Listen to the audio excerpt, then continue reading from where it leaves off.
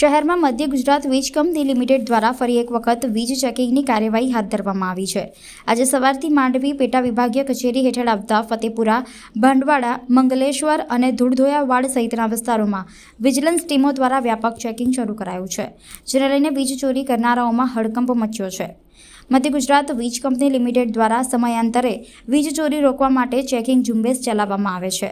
થોડા દિવસો અગાઉ પાણીગેટ અને માંડવી સબ ડિવિઝન વિસ્તારમાં કરાયેલી કાર્યવાહી દરમિયાન 55 લાખ રૂપિયાથી વધુની વીજ ચોરી ઝડપાઈ હતી।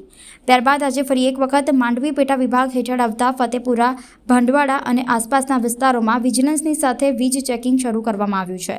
હાલ કાર્યવાહી ચાલુ હોવાથી વીજ ચોરોમાં ફફડાટ ફેલાયો છે।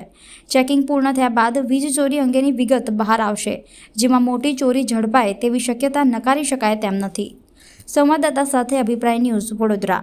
આવા જ વધુ સમાચારો જોવા માટે સબસ્ક્રાઇબ કરો અમારી યુટ્યુબ ચેનલને અને જોડાયેલા રહો ફેસબુક, ઇન્સ્ટાગ્રામ અને ટ્વિટર પર।